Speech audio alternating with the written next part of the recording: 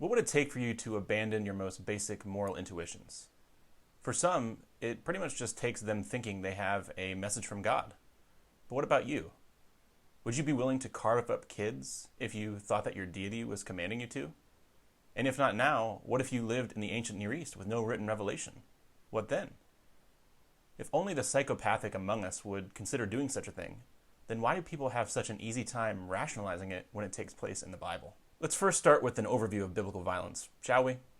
Whether it's drowning the entire human population, burning entire cities to the ground with all the children in them, swallowing entire households with the little ones into the earth, or just killing the Egyptian firstborn because of what their naughty parents did, we already know how Yahweh feels about killing children. No big deal.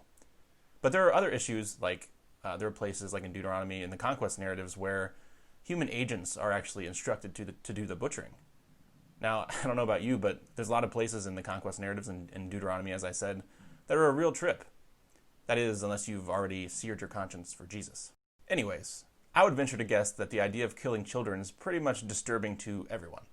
So why does it seem so easy for some people to rationalize this when it comes to the biblical texts?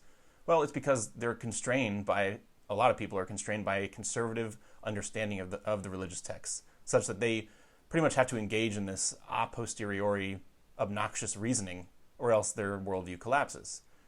Just imagine this kind of approach, they would be forced to defend anything you can imagine. If Yahweh seems to command it, it wouldn't really matter what our moral intuitions seem to say, they would be forced to defend it.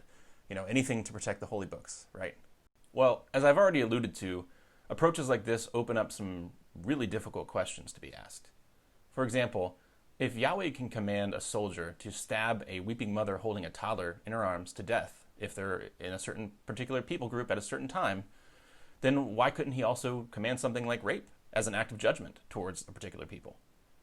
I mean, if our faculties are so flawed that we can't know that butchering a baby is always wrong, then how could we know that rape is always wrong? As you can see, downplaying a priori moral judgments to the point of insignificance leaves us with some very deep moral problems. So if Christians want to get out of some of these deep moral problems, they're essentially going to have to let in some of what I would call common sense moral perceptions into the door.